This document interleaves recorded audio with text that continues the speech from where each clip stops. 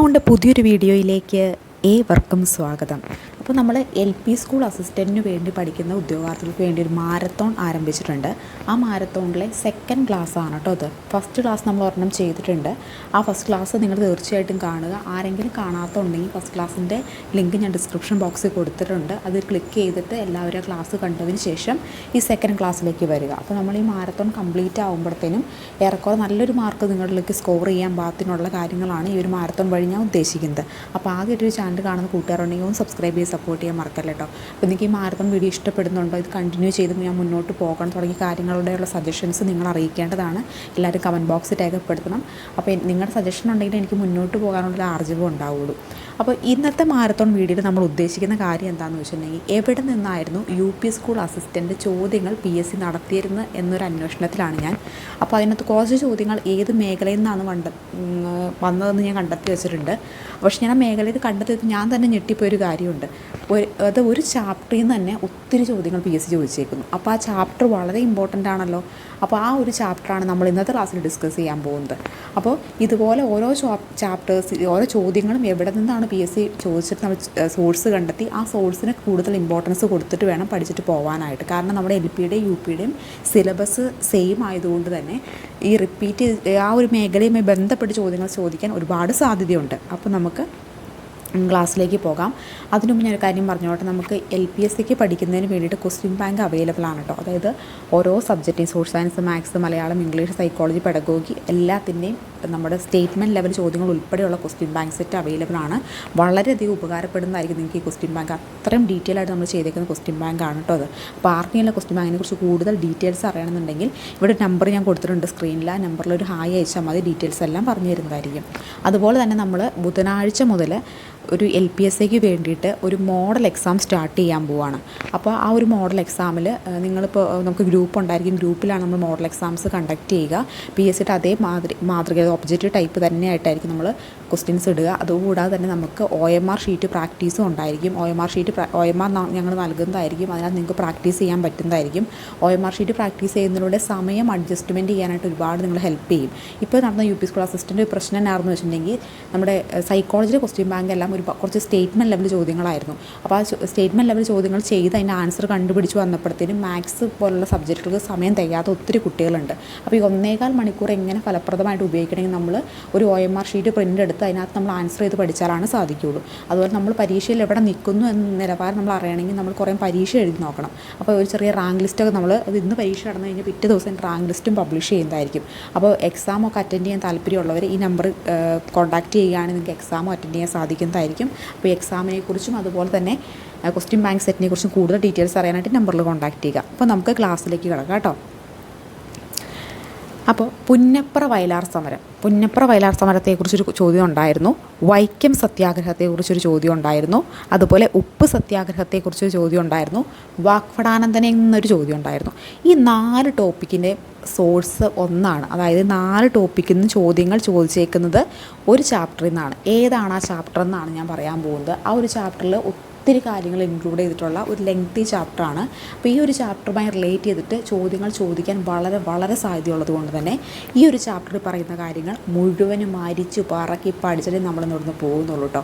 അപ്പോൾ ഞാൻ ഈ വീഡിയോയിൽ പറയുമ്പോൾ എൻ്റെ ഒപ്പം നിങ്ങൾ പറഞ്ഞു ഞാൻ പറയുമ്പോൾ നിങ്ങളും ഈ വീഡിയോ കണ്ടുകൊണ്ടിരിക്കുമ്പോൾ എൻ്റെ കൂടെ പറയുക. എന്നാലാണ് നമുക്ക് കറക്റ്റായിട്ട് ഒന്ന് ഈ നഴ്സറി കുട്ടികളൊക്കെ പറയുമ്പോൾ ആ കാക്കാന്ന് പറഞ്ഞ് ആ പൂച്ചാന്ന് പറഞ്ഞ് എന്നൊക്കെ പറയുമ്പോൾ കുട്ടികൾ ടീച്ചർ പറയുമ്പോൾ ഏറ്റു പറയാറില്ലേ, അതുപോലെ തന്നെ നിങ്ങൾ ഞാൻ പറയുമ്പോൾ അതിൻ്റെ കൂടെ നേറ്റ് പറഞ്ഞു പോയിക്കേ.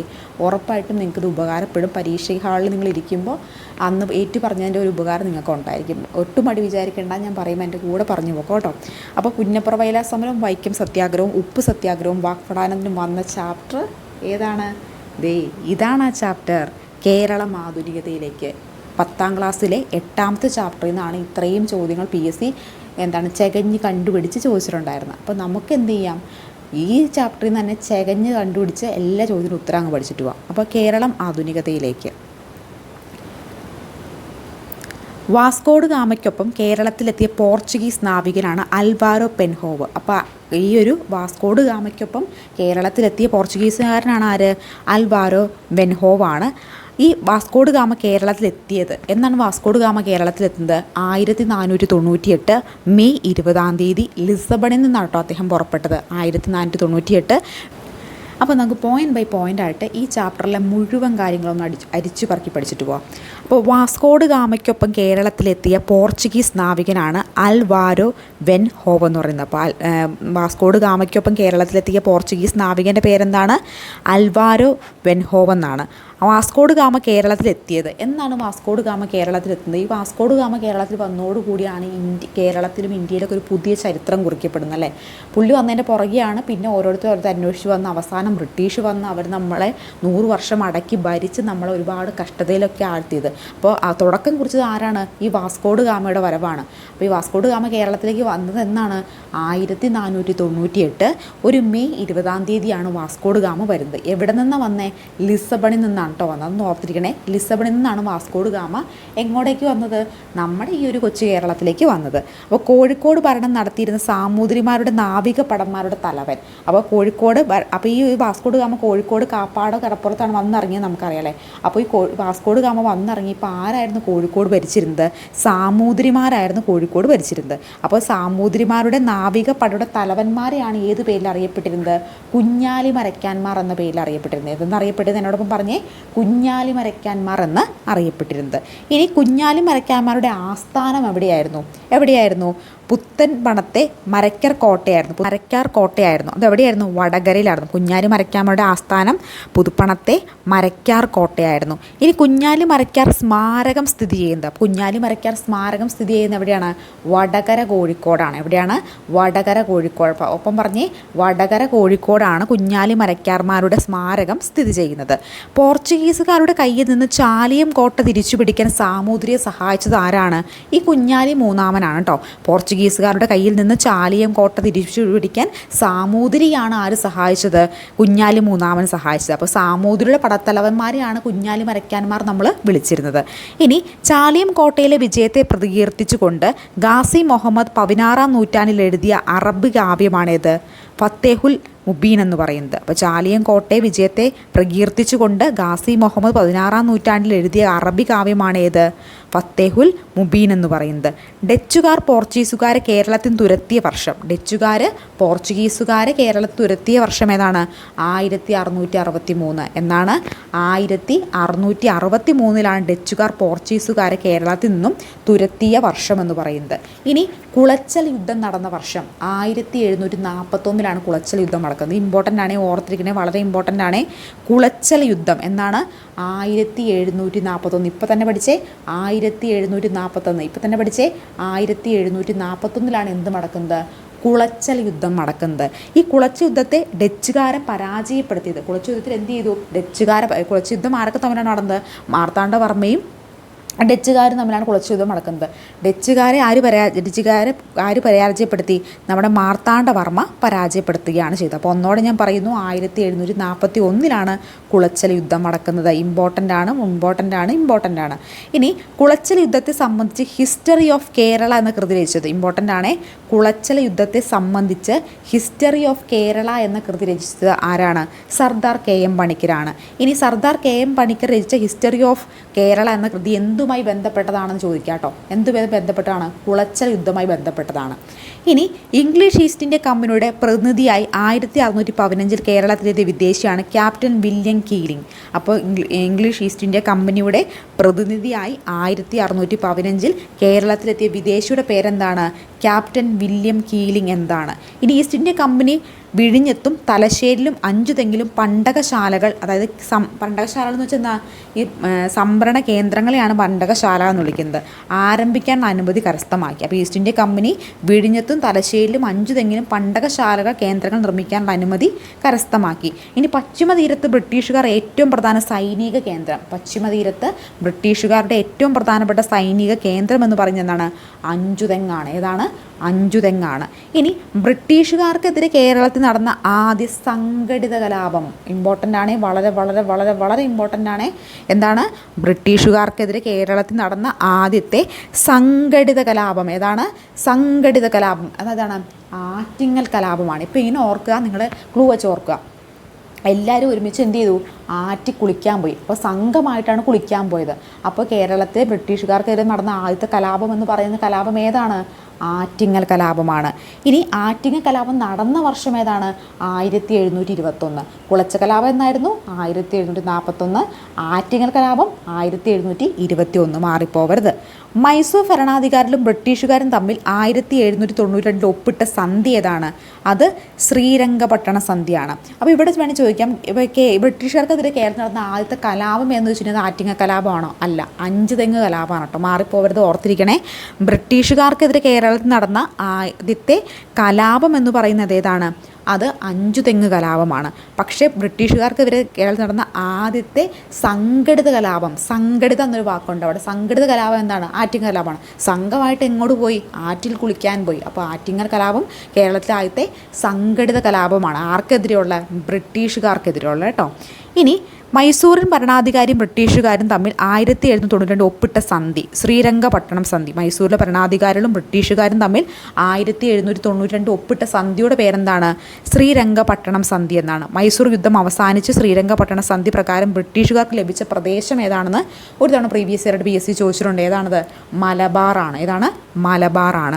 1792 ഉപാധികളില്ലാതെ കൊച്ചി രാജാവും 1795 ഉടമ്പടി പ്രകാരം തിരുവിതാംകൂർ ബ്രിട്ടീഷ് മേൽക്കോയ്മ അംഗീകരിച്ചു. അപ്പോൾ 1792 ഉപാധികളില്ലാതെ കൊച്ചി രാജാവും 1795 ഉടമ്പടി പ്രകാരം തിരുവിതാംകൂർ രാജാവും എന്ത് ചെയ്തു? ബ്രിട്ടീഷുകാരുടെ ആധിപത്യം അംഗീകരിക്കുകയാണ് ചെയ്തത്. അപ്പോൾ ഈ ഒരു പേജിൽ നിന്ന് ഏറ്റവും പ്രധാനപ്പെട്ടത് വാസ്കോഡ് ഗാമ കേരളത്തിൽ വന്ന വർഷം പഠിക്കണം. അതുപോലെ തന്നെ ഏതാണ്? കുളച്ചൽ യുദ്ധം നടന്ന വർഷം. കുളച്ച യുദ്ധത്തിൽ ആരൊക്കെ തമ്മിലാണ് യുദ്ധം ചെയ്തത്? ഡച്ചുകാരും മാർത്താണ്ഡവർമ്മയും തമ്മിലാണ്. അതുപോലെ തന്നെ കുളച്ച യുദ്ധത്തെ ആസ്പദമാക്കി ഹിസ്റ്ററി ഓഫ് കേരളം എന്ന് കൃതി രചിച്ച് സർദാർ KM പണിക്കരാണ്. ആറ്റിങ്ങൽ കലാപം നടന്ന 1721. കേരളത്തിലെ ആദ്യത്തെ സംഘടിത കലാപമാണ് ആറ്റിങ്ങൽ കലാപം. കേരളത്തിലെ ആദ്യത്തെ ബ്രിട്ടീഷുകാർക്കെതിരെയുള്ള കലാപം എന്ന് വെച്ച് കഴിഞ്ഞാൽ അത് അഞ്ചുതെങ്ങാണ്. സംഘടിത കലാപം ചോദിക്കുകയാണെങ്കിൽ അത് ആറ്റിങ്ങലാണ്. ഇനി അടുത്തത്, മലബാർ നേരിട്ടും കൊച്ചിയിലും തിരുവിതാംകൂറിലും സാമന്ത രാജാക്കന്മാരുടെയാണ് ബ്രിട്ടീഷുകാർ ഭരിച്ചിരുന്നത്. അപ്പോൾ സാമന്ത രാജാക്കന്മാർ വഴിയാണ് എന്ത് ചെയ്ത്? മലബാറിൽ നേരിട്ടും കൊച്ചിയിലും തിരുവിതാംകൂറിലൊക്കെ ഈ ബ്രിട്ടീഷുകാർ ഭരിച്ചിരുന്നത്. ഇനി കുളച്ചൽ യുദ്ധത്തെക്കുറിച്ച് നമുക്ക് നോക്കാം. ഇന്ത്യ ഡച്ചുകാരുടെ പതനത്തിന് കാരണമായ യുദ്ധം. അപ്പോൾ മാർത്താണ്ഡവർമ്മയും അതുപോലെ ഡച്ചുകാരും തമ്മിലാണ് കുളച്ച യുദ്ധം നടന്നെന്ന് പറഞ്ഞു 1741. അപ്പോൾ ഡച്ചുകാരുടെ ഈ ഒരു കേരളത്തിലെ ഒരു അധപതനത്തിന് കാരണം, അവർ പൂർണ്ണമായിട്ട് ഇവിടെ നിന്ന് പോകാനൊക്കെ കാരണമായി തീർന്ന യുദ്ധമാണ് ഏത്? ഈ കുളച്ചൽ യുദ്ധം എന്ന് പറയുന്നത്. കുളച്ച യുദ്ധത്തിൽ മാർത്താണ്ഡവർമ്മയാണ് വിജയിച്ചത്. ഡച്ചുകാരെ പരാജയപ്പെടുത്തി അദ്ദേഹം വിജയിച്ചു. ഇനി കുണ്ടറ വിളംബരം വളരെ വളരെ ഇമ്പോർട്ടൻ്റ് ആണ്. കുണ്ടറ വിളംബരം ബ്രിട്ടീഷുകാരുടെ ചൂഷണത്തിനെതിരെ ജനങ്ങളോട് ആയുധമെടുത്ത് പോരാടാൻ വേലുത്തമ്പി ദളവ നടത്തിയ ആഹ്വാനമായിരുന്നു ഇത് കുണ്ടറ വിളംബരം എന്ന് പറയുന്നത്. ബ്രിട്ടീഷുകാർ ഇവിടെ വന്ന് നമ്മൾ അടിമയാക്കി ഭരിച്ചതിനൊക്കെ എതിരെ മാർത്താണ്ഡവർമ്മ ജനങ്ങളോട് നേരിട്ട് ആഹ്വാനം ചെയ്തു. എന്ത് ചെയ്തു? നമ്മൾ ആയുധമെടുത്ത് ബ്രിട്ടീഷുകാരെ ഇവിടെ തോൽപ്പിക്കണമെന്ന് അദ്ദേഹം ആഹ്വാനം ചെയ്യുന്നുണ്ട്. ആ ഒരു വിളംബരത്തെയാണ് നമ്മൾ കുണ്ടറ വിളംബരം എന്ന് പറയുന്നത്. കുണ്ടറ വിളംബരം നടന്ന തീയതി വളരെ വളരെ വളരെ ഇമ്പോർട്ടൻ്റ് ആണ്. എൻ്റെ ഒപ്പം പറഞ്ഞു പോയിക്കേ. 1809 ജനുവരി 11. 1809 ജനുവരി 11. 1809 ജനുവരി 11 പഠിച്ചില്ലേ? എന്നാണ് ബ്രിട്ടീഷുകാർക്കെതിരെ കുണ്ടറ വിളംബരം പുറപ്പെടുവിച്ചത് ആരാണ്? വേലുത്തമ്പി ദളവയാണ്. ഇനി അടുത്താണ് പഴശ്ശി വിപ്ലവം. ഇതും ഇമ്പോർട്ടൻ്റ് ആണ്. ബ്രിട്ടീഷ് ആധിപത്യത്തിനെതിരെ മലബാറിൽ നടന്ന ശക്തമായ ചെറുത്തുനിൽപ്പിന് നേതൃത്വം നൽകിയത് മലബാറിലെ കോട്ടയം രാജകുടുംബത്തിലെ രാജാവായിട്ടുള്ള കേരളവർമ്മ പഴശ്ശിരാജയാണ്. ബ്രിട്ടീഷുകാർക്കെതിരെ ശക്തമായ ഒളിപ്പേര് നടത്തിയ പഴശ്ശിരാജനെ സഹായിച്ചവർ ആരെല്ലാമാണ്? എടച്ചേന ചെമ്പൻ പോക്കർ, കൈതേരി അമ്പുനായർ, എടച്ചേന കുങ്കൻ നായർ, തലക്കൽ ചന്തു. അപ്പോൾ ബ്രിട്ടീഷുകാർക്കെതിരെ ശക്തമായി ഒളിപ്പോർ നടത്തിയ പഴശ്ശിരാജാവിൽ സഹായിച്ചവർ ആരൊക്കെയാണ്? ചെമ്പൻ പോക്കർ, കൈതേരി അമ്പുനായർ, എടച്ചേന കുങ്കൻ നായർ, തലക്കൽ ചന്തു എന്നിവരാണ്. പഴശ്ശിരാജാവിനെ യുദ്ധത്തിൽ സഹായിച്ച കുറിച്ച് നേതാവ് ആര്? തലക്കൽ ചന്തുവാണ് കേട്ടോ. തലക്കൽ ചന്തു. പഴശ്ശിരാജ വീരമൃത്യു അടഞ്ഞ വർഷം 1805 നവംബർ 30. 1805 നവംബർ 30 പറഞ്ഞേ. 1805 നവംബർ 30. ഇനി പഴശ്ശി സ്മാരകം സ്ഥിതി ചെയ്യുന്നത് എവിടെയാണ് പഴശ്ശി സ്മാരകം സ്ഥിതി ചെയ്യുന്നത്? മാനന്തവാടിയാണ് കേട്ടോ. മാനന്തവാടിയിലാണ് സ്ഥിതി ചെയ്യുന്നത്. കേരള സിംഹം എന്ന പേരിൽ അറിയപ്പെടുന്ന പഴശ്ശിരാജയെ ബ്രിട്ടീഷ് രേഖകളിൽ പൈച്ചി രാജ, കൊട്ടിയോട്ട് രാജ എന്ന പേരിൽ അറിയപ്പെടുന്നത്. പൈച്ചി രാജ, കൊട്ടിയോട്ട് രാജ എന്ന പേരിലൊക്കെ അറിയപ്പെടുന്ന ആര് തന്നെയാണ്? പഴശ്ശിരാജാവ് തന്നെയാണ്. പഴശ്ശിരാജാവിൻ്റെ ജീവിത ഇതിവൃത്തമാക്കി കേരള സിംഹം എന്ന ചരിത്ര നോവൽ രചിച്ചതാരാണ്? സർദാർ KM പണിക്കരാണ്. അപ്പോൾ പഴശ്ശിരാജാവിൻ്റെ ജീവിതം ഇതിവൃത്തമാക്കി കേരള സിംഹം എന്ന ചരിത്ര നോവൽ രചിച്ചത് ആരാണ്? സർദാർ KM പണിക്കരാണ്. ഇനി പഴശ്ശി കലാപം പ്രദേശം എവിടെയാണ്? മലബാർ മേഖലയിലാണ്. എന്താണ് പഴശ്ശികലാപം നടക്കാനുള്ള കാരണം? തെറ്റായ നികുതി നയമാണ്. പാലിയത്തച്ഛൻ കൊച്ചി മേഖലയിലാണ്. ആഭ്യന്തര കാര്യങ്ങളിൽ ബ്രിട്ടീഷുകാർ ഇടപെട്ടതാണ് ഈ ഒരു പാലിയത്തച്ഛന്മാരെ ഈ ഒരു ബ്രിട്ടീഷുകാർക്കെതിരെ പോരാടാൻ നയിക്കപ്പെട്ട കാരണം. ഇനി വേലുത്തമ്പി ദളവയാണെങ്കിലോ തിരുവിതാംകൂറിലാണ് ആഭ്യന്തര കാര്യങ്ങളിൽ ഇടപെടൽ. വേലുത്തമ്പി ദളവയുടെ ആഭ്യന്തര കാര്യങ്ങളിൽ ബ്രിട്ടീഷുകാർ ഇടപെട്ടതാണ് ഈ ഒരു വിപ്ലവത്തിലേക്ക് നയിക്കപ്പെട്ടത്. കുറിച്യർ കലാപം വയനാട്, തെറ്റായ നികുതി നയമായിരുന്നു കുറിച്യർ കലാപത്തിന് കാരണം. മാപ്പിള കലാപമാണെങ്കിൽ ഏതാണ്? മലബാറാണ്. അതൊരു കാര്യം പറഞ്ഞോട്ടെ, ഈ കുറിച്യർ കലാപത്തെക്കുറിച്ച് നമ്മൾ പറയുമ്പോൾ കുറിച്യർ കലാപത്തിൽ ചോദിച്ചിട്ടുണ്ടായിരുന്ന ചോദ്യം ഇതായിരുന്നു: വെട്ടിച്ചുട്ടി കൃഷി ഏതുമായി ബന്ധപ്പെട്ടതാണെന്ന്. അപ്പോൾ അത് എല്ലാവർക്കും ഒരു കൺഫ്യൂഷൻ വന്നൊരു ചോദ്യമാണ്. വെട്ടിച്ചുട്ടി കൃഷി ശരിക്കും കുറിച്യർ കലാപവുമായി ബന്ധപ്പെട്ടതാണ്. പക്ഷേ നമ്മുടെ SCERT 10 വരെയുള്ള ഒരു ചാപ്റ്ററിലും കുറിച്യർ കലാപത്തിൽ വെട്ടിച്ചുട്ടി കൃഷിയുമായി ബന്ധപ്പെട്ടൊരു കാര്യങ്ങളും പറയുന്നില്ല. അത് പറയുന്നത് +2-ലെ ഈ ഒരു സോഷ്യൽ സയൻസിൻ്റെ ചാപ്റ്ററിലാണ് കേട്ടോ പറയുന്നത്. വെട്ടിച്ചുട്ടി കൃഷി ഈ കുറിച്യർ കലാപവുമായി ബന്ധപ്പെട്ട് പറയുന്നത്. പക്ഷേ നമ്മൾ ഇവിടെ ഒന്നും ഇത് മെൻഷൻ ചെയ്തിട്ടില്ല. അപ്പോൾ നമുക്കിനി +2 SCERT ഒന്നും പഠിക്കാനുള്ള സമയവും കാലമൊന്നും ഇല്ലാത്തതുകൊണ്ട് SCERTയിലുള്ള കാര്യങ്ങളൊക്കെ കൃത്യമായിട്ട് ഇമ്പോർട്ടൻ്റ് ആയിട്ടുള്ള ചാപ്റ്റേഴ്സ് മാത്രം ബ്രീഫ് ചെയ്ത് പഠിച്ചിട്ട് പോവുക.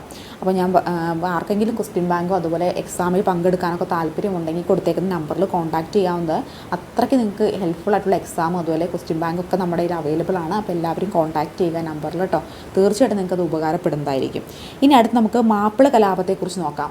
മാപ്പിള കലാപം എവിടെയാണ്? മലബാർ മേഖലയിൽ നടന്നാണ് മാപ്പിള കലാപം. കർഷകരുടെ അസംതൃപ്തിയായിരുന്നു മാപ്പിള കലാപത്തിനുള്ള കാരണം. ഇനി വേലുത്തമ്പി ദളവ ആത്മഹത്യ ചെയ്ത സ്ഥലം, ഇത് ഇമ്പോർട്ടൻ്റ് ആണ്. പ്രീവിയസ് ഇയർ പലതവണ ചോദിച്ചിട്ടുണ്ട്. മണ്ണടിയാണ് കേട്ടോ. ഏതാണ്? മണ്ണടിയാണ്. പാലിയത്തച്ഛനെ ബ്രിട്ടീഷുകാർ നാട് കടത്തിയ സ്ഥലം എവിടെയാണ്? പാലിയത്തച്ഛനെ ബ്രിട്ടീഷുകാർ നാട് കടത്തിയത് മദ്രാസിലേക്കാണ് നാട് കടത്തിയത്. മലബാർ മാനുവൽ രചിച്ചത്, ഇത് ഇമ്പോർട്ടൻ്റ് ആണ്. പ്രീവിയസ് ഇയർ ചോദിച്ചിട്ടുണ്ട്. William Logan. ആരാണ്? William Logan. പറഞ്ഞേ, വില്യം ലോഗൻ. ഇനി ലോകത്തിലെ ആദ്യത്തെ റെയിൽവേ പാത നിർമ്മിച്ച വിദേശ ശക്തി ആരാണ്? ബ്രിട്ടീഷുകാരാണ്. അപ്പോൾ കേരളത്തിൽ ആദ്യത്തെ റെയിൽപാത നിർമ്മിച്ച ബ്രിട്ടീഷുകാരാണ്. കേരളത്തിൽ ആദ്യത്തെ റെയിൽവേ പാത നിലവിൽ വന്നത്, ഇതും പ്രീവിയസ് ഇയറായിട്ട് PSC ചോദിച്ചിട്ടുണ്ട്. 1861 കേരളത്തിൽ ആദ്യത്തെ റെയിൽവേ പാത നിലവിൽ വന്നത്. കേരളത്തിൽ ആദ്യത്തെ റെയിൽവേ ലൈൻ, ഇത് ഒരുപാട് തവണ PSC റിപ്പീറ്റ് ചോദിച്ചിട്ടുള്ള ക്വസ്റ്റ്യൻ ആണ്. കേരളത്തിൽ ആദ്യത്തെ റെയിൽവേ ലൈൻ എവിടം വരെയായിരുന്നു? എവിടെയാണ്? ബേപ്പൂർ മുതൽ തിരൂർ വരെ. ബേപ്പൂർ മുതൽ തിരൂർ വരെ. പറഞ്ഞേ, ബേപ്പൂർ മുതൽ തിരൂർ വരെ 1861 ആരംഭിക്കുന്നത്. കേരളത്തിൽ നിന്ന് ഏറ്റവും അധികം കയറ്റുമതി ചെയ്യപ്പെട്ട വസ്തു ഏതാണ്?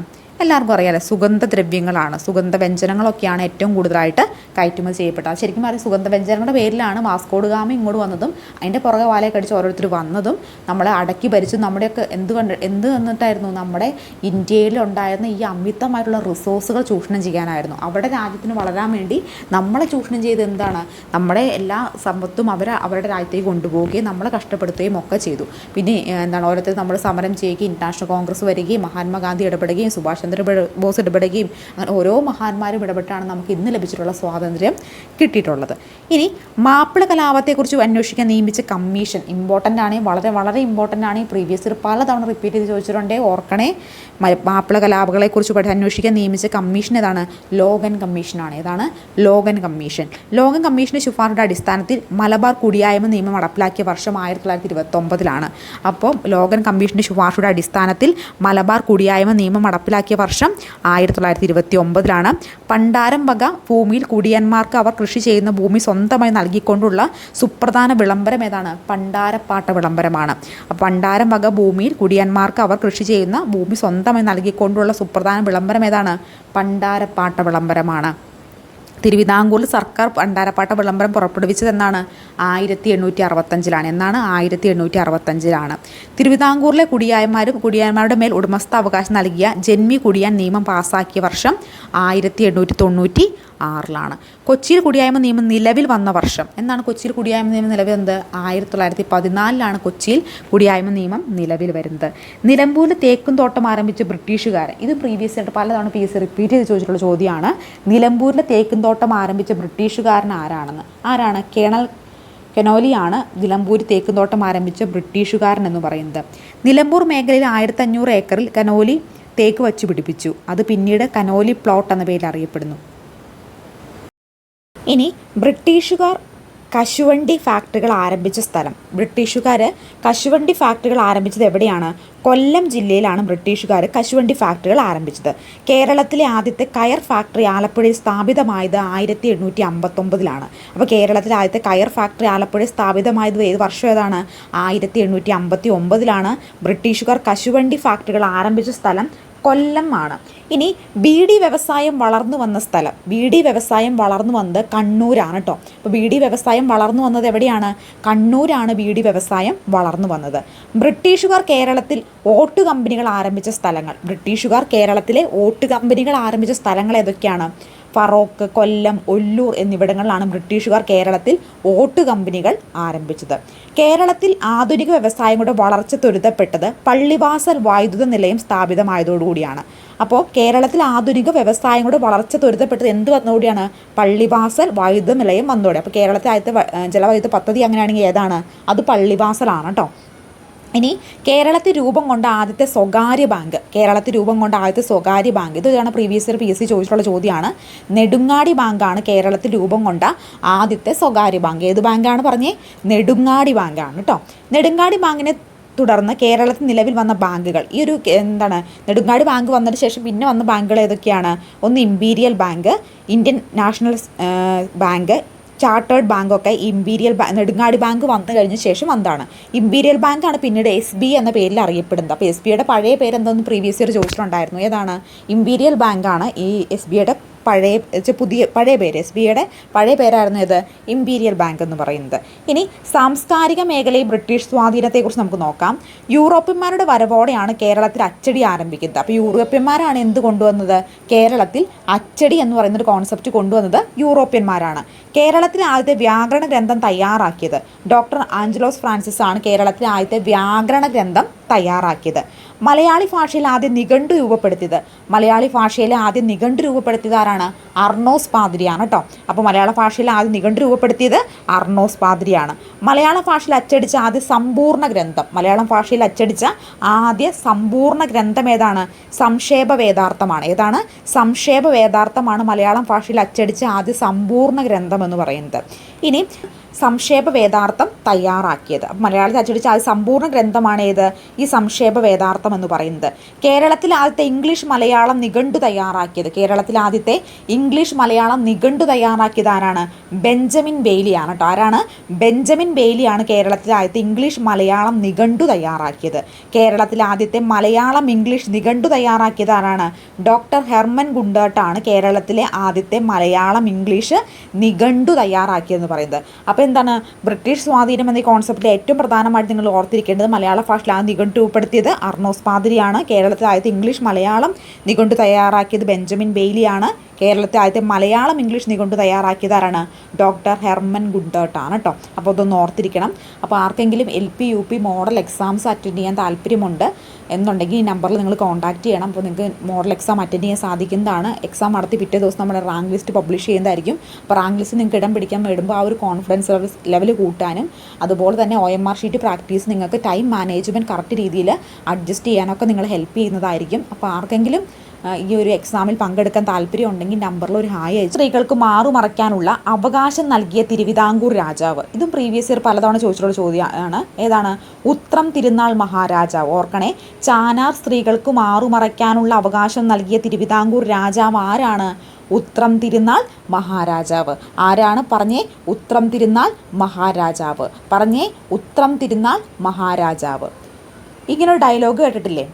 എന്നാ സിനിമയിലൊക്കെ ഞാൻ ഉത്തരത്തിൽ കെട്ടി തൂങ്ങി ചാവും എന്നൊക്കെ പറഞ്ഞ് കേട്ടിട്ടില്ലേ? അപ്പോൾ ഉത്തരത്തിൽ കെട്ടി തൂങ്ങി ചാവുന്നത് സാധാരണ സിനിമയിലൊക്കെ എങ്ങനെയാണ്? ഒരു സാരി പോലുള്ള എന്തെങ്കിലും ഒരു നീളമുള്ള ഡ്രസ്സിലായിരിക്കുമല്ലോ ഉത്തരത്തിൽ കെട്ടി. സാധാരണ ഈ സിനിമ ഡയലോഗൊക്കെ നിങ്ങൾ കേട്ടിട്ടുണ്ടാവില്ലേ? അതൊക്കെ ആയിരുന്നു. അപ്പോൾ ആ ഒരു സാരിയിലാണ് കെട്ടി തൂങ്ങി ചാവാൻ പോയതെന്നൊന്ന് ഓർത്താൽ മതി. അപ്പോൾ ആ സാരി എന്താണ്? അപ്പോൾ ചാനാ സ്ത്രീകൾക്ക് മറയ്ക്കാനുള്ള. അപ്പോൾ നമ്മൾ ഡ്രസ്സും കൊണ്ടാണ് എല്ലാം മറയ്ക്കുന്നത് അല്ലേ? അപ്പോൾ ഡ്രസ്സ് ഇടുമ്പോൾ നമ്മൾ ശരീരം മറഞ്ഞു പോകും. അപ്പോൾ അത് വെച്ച് കണക്ട് ചെയ്ത് ഓർത്തിരിക്കുക. കെട്ടി തൂങ്ങി ചാവാൻ സിനിമയിലൊക്കെ ഡയലോഗ് എന്താണ്? ഞാൻ ഈ ഉത്തരത്തിൽ കെട്ടി തൂങ്ങി ചാവുന്നത്. അപ്പോൾ കെട്ടി തൂങ്ങി ചാവാനായിട്ട് എന്താണ് ഉപയോഗിക്കുന്നത്? സാരിയാണ് ഉപയോഗിക്കുന്നതെന്ന് ഓർത്തിരിക്കുക. അപ്പോൾ അങ്ങനെയാണെങ്കിൽ ആ സാരി കൊണ്ട് എന്താണ് ദേഹം മറയ്ക്കാം. അപ്പോൾ മാറുമറയ്ക്കൽ സമരത്തിന് ചാനാ സ്ത്രീകൾക്ക് മാറുമറയ്ക്കാനുള്ള അവകാശം നൽകിയ തിരുവിതാംകൂർ രാജാവ് ആരാന്ന് വെച്ചിട്ടുണ്ടെങ്കിൽ ഏതാണ്? ഉത്രം തിരുനാൾ മഹാരാജാവാണെന്ന് ഓർക്കാം. ഇനി തിരുവിതാംകൂർ അരുവിപ്പുറത്ത് ശിവപ്രതിഷ്ഠ നടത്തിയ വർഷം, ശ്രീനാരായണ ഗുരു അരുവിപ്പുറത്ത് ശിവപ്രതിഷ്ഠ നടത്തിയത്. ഇത് ഇമ്പോർട്ടൻ്റ് ആണ്, പ്രീവിയസ് ഇയർ പല തവണ റിപ്പീറ്റ് ചെയ്ത് ചോദിച്ചിട്ടുണ്ട്. 1888 കേട്ടോ. ഇനി ജാതഭേദം മതദേശം ഏതുമില്ലാതെ സർവരും വാഴുന്ന മാതൃസ്ഥാനമാണിത് എന്ന് ശ്രീനാരായണ ഗുരു രേഖപ്പെടുത്തിയിരിക്കുന്ന സ്ഥലം, ഇതും പ്രീവിയസ് ഇയർ ചോദിച്ചിട്ടുണ്ട്. അരുവിപ്പുറം ക്ഷേത്രത്തിലാണ് ഇങ്ങനെ ആലേഖനം ചെയ്തിരിക്കുന്നത്. വാദിക്കാനും ജയിക്കാനുമല്ല, അറിയാനും അറിയിക്കാനുമാണെന്ന് പ്രഖ്യാപനം നടന്നത് എവിടെയാണ്? ഇതും പ്രീവിയസ് ഇയർ പലതവണ PSC ചോദിച്ചിട്ടുണ്ട്. കേറ്ററ്റിൻ്റെ ഒക്കെ ഇഷ്ടപ്പെട്ട ചോദ്യമാണിത്. ഏതാണിത്? ആലുവയാണ് കേട്ടോ. ആലുവ സർവ്വമത സമ്മേളനത്തിലാണ് വാദിക്കാനും ജയിക്കാനുമല്ല, അറിയാനും അറിയിക്കാനുമാണ് ഈ ഒരു സമ്മേളനം എന്ന് ഗുരു പറഞ്ഞിട്ടുള്ളത്. ഇനി ഗുരുവിൻ്റെ കുറച്ച് കാര്യങ്ങൾ നമുക്ക് നോക്കാം. ശ്രീനാരായണ ഗുരുവിൻ്റെ 100-ാം വർഷം മുൻപ് രചിച്ച പ്രാർത്ഥനാ ഗീതമാണ് ദൈവദശകം. ശ്രീനാരായണ ഗുരു 100 വർഷം മുൻപ് രചിച്ച പ്രാർത്ഥനാ ഗീതം ഏതാണ്? ദൈവദശകമാണ്. ഇനി ആഴമേറുന്നിൻ മഹസ്സാമാഴിയിൽ ഞങ്ങളാകവേ ആഴണം വാഴണം നിത്യം വാഴണം വാഴണം സുഖം കൊണ്ട് ശക്തരാകുക. ആരുടെ വരികളാണ്? ശ്രീനാരായണ ഗുരുവിൻ്റെ വരികളാണ്. വിദ്യ കൊണ്ട് പ്രബുദ്ധരാകുക, സംഘടന കൊണ്ട് ശക്തരാകുക എന്ന്. അടുത്ത ചോദ്യം, കേരള സഞ്ചാര സ്വാതന്ത്ര്യത്തിന് വേണ്ടി കേരളത്തിൽ നടന്ന പ്രധാന പ്രക്ഷോഭം. അപ്പോൾ നമ്മുടെ UP സ്കൂൾ അസിസ്റ്റൻറ്റ് ചോദിച്ചിട്ടുള്ള ചോദ്യമായിരുന്നു. അപ്പോൾ ഒന്നാമത്തെ ചോദ്യം വന്നേക്കുന്നത് എവിടെ നിന്നാണ്? ഈ ഒരു വാക്കിൽ നിന്നാണ് PSC ഒന്നാമത്തെ ചോദ്യം കണ്ടെത്തിയേക്കുന്നത് കേട്ടോ. കേരളത്തിലെ സഞ്ചാര സ്വാതന്ത്ര്യത്തിന് വേണ്ടി നടന്ന ആദ്യ പ്രധാന പ്രക്ഷോഭം ഏതായിരുന്നു? ഏതാണ്? അത് വൈക്കം സത്യാഗ്രഹമായിരുന്നു കേട്ടോ. അപ്പോൾ സഞ്ചാര സ്വാതന്ത്ര്യം കേരളത്തിൽ നടന്ന പ്രധാന പ്രക്ഷോഭമാണ് വൈക്കം സത്യാഗ്രഹം. അപ്പോൾ നമ്മൾ UP സ്കൂളേഴ്സിൻ്റെ ഒരു ചോദ്യം കണ്ടെത്തിയില്ലേ, ഇവിടെ നിന്നാണ് ആ ചോദ്യം ചോദിച്ചായിരുന്നത്. ഇനി ആ ചോദ്യവുമായി ബന്ധപ്പെട്ട റിലേറ്റ് ചെയ്തിട്ടുള്ള കാര്യം നമ്മൾ പഠിക്കണം. എന്നാണ് വൈക്കം സത്യാഗ്രഹം നടന്നത്? 1924. എന്നാണ്? 1924. വൈക്കം സത്യാഗ്രഹം നേതൃത്വം നൽകിയത് ആരായിരുന്നു? നമ്മുടെ TK മാധവനായിരുന്നു. വൈക്കം സത്യാഗ്രഹം നേതൃത്വം നൽകിയ വ്യക്തി ആരാണ് പറഞ്ഞത്? എൻ്റെ ഒപ്പം പറഞ്ഞ് TK മാധവനാണ്. 1924 നടന്നത്. വൈക്കം സത്യാഗ്രഹത്തോട് അനുഭാവം പ്രകടിപ്പിച്ച് സവർണ ജാഥ സംഘടിപ്പിച്ച വ്യക്തി ആരാണ്? മന്നത്തു പത്മനാഭൻ. വൈക്കം സത്യാഗ്രഹത്തോട് അനുഭവം പ്രകടിപ്പിച്ച് സവർണ ജാഥ സംഘടിപ്പിച്ചത് മന്നത്തു പത്മനാഭനാണ്. ഗുരുവായൂർ ക്ഷേത്രത്തിൽ എല്ലാ ജാതിയിൽപ്പെട്ട ഹിന്ദുക്കൾക്കും പ്രവേശനം അനുവദിക്കണമെന്ന് ആവശ്യപ്പെട്ട സമരം ഏതാണ്? ഗുരുവായൂർ സത്യാഗ്രഹമാണ്. ഏത് വർഷമാണ് നടന്നത്? 1931. ഏത് വർഷമാണ്? 1931 അത് നടന്നത്. ഗുരുവായൂർ സത്യാഗ്രഹത്തിന് നേതൃത്വം നൽകിയ വ്യക്തി ആരാണ്? K. കേളപ്പനാണ്. ആരാണ് പറഞ്ഞേ? K. കേളപ്പൻ. ഇനി ഗുരുവായൂർ സത്യാഗ്രഹത്തിൻ്റെ വോളണ്ടിയർ ക്യാപ്റ്റൻ ആരാണ്? Volunteer captain AK Gopalan. ആരാണ്? AK ഗോപാലൻ. ഗുരുവായൂർ സത്യാഗ്രഹത്തിന് ക്രൂരമായി മർദ്ദനമേറ്റ നേതാവ് ആരാണ്? ക്രൂരമായി മർദ്ദനമേറ്റ നേതാവ് P. കൃഷ്ണപിള്ള. ആരാണ്? P. കൃഷ്ണപിള്ള. അപ്പോൾ സഞ്ചാര സ്വാതന്ത്ര്യത്തിന് കേരളം നടന്ന സമരമാണ് വൈക്കം സത്യാഗ്രഹം. 24 നടന്നു. നേതൃത്വം നൽകിയത് TK മാധവനാണ്. വൈക്കം സത്യാഗ്രഹത്തോട് സവർണ ജാഥ സംഘടിപ്പിച്ച് മന്നത്തു പത്മനാഭനാണ്. ഗുരുവായൂർ ക്ഷേത്രത്തിൽ എല്ലാ ജാതിയിൽപ്പെട്ട ഹിന്ദുക്കൾക്കും പ്രവേശനം അനുവദിക്കുന്ന ആവശ്യപ്പെട്ട സമരം ഏതാണ്? ഗുരുവായൂർ സത്യാഗ്രഹമാണ്. 1931 നടന്നത്. ഗുരുവായൂർ സത്യാഗ്രഹത്തിന് നേതൃത്വം നൽകിയത് K. കേളപ്പനാണ്. ഗുരുവായൂർ സത്യാഗ്രഹത്തിൻ്റെ വോളണ്ടിയർ ക്യാപ്റ്റൻ ആരായിരുന്നു? AK ഗോപാലനായിരുന്നു. ഗുരുവായൂർ സത്യാഗ്രഹത്തിൻ്റെ ക്രൂരമായി മർദ്ദനമേറ്റ നേതാവ് ആരായിരുന്നു? P. കൃഷ്ണപിള്ളയായിരുന്നു കേട്ടോ. ഇനി തിരുവിതാംകൂർ ക്ഷേത്രപ്രവേശന വിളംബരം പുറപ്പെടുവിച്ചത്, അത് ഇമ്പോർട്ടൻ്റ് ആണ്, ഓർത്തിരിക്കണേ. തിരുവിതാംകൂർ ക്ഷേത്രപ്രവേശന വിളംബരം പുറപ്പെടുവിച്ചത് എന്നാണ്? 1936 നവംബർ 12 പറഞ്ഞേ. 1936 നവംബർ 12 പറഞ്ഞേ. 1936 നവംബർ 12 അന്നാണ് എന്ത് സംഭവിച്ചത്? തിരുവിതാംകൂർ ക്ഷേത്രപ്രവേശന വിളംബരം പുറപ്പെടുവിച്ച തീയതി എന്ന് പറയുന്നത്. ഇനി ദേശീയ പ്രസ്ഥാനം കേരളത്തിൽ മലബാർ ജില്ലാ കോൺഗ്രസിൻ്റെ പ്രഥമ സമ്മേളനം നടന്നത്, ഇത് പ്രീവിയസ് ഇയർ പലതവണ ചോദിച്ചിട്ടുള്ള ചോദ്യമാണ്. 1916 പാലക്കാടാണ് കേട്ടോ.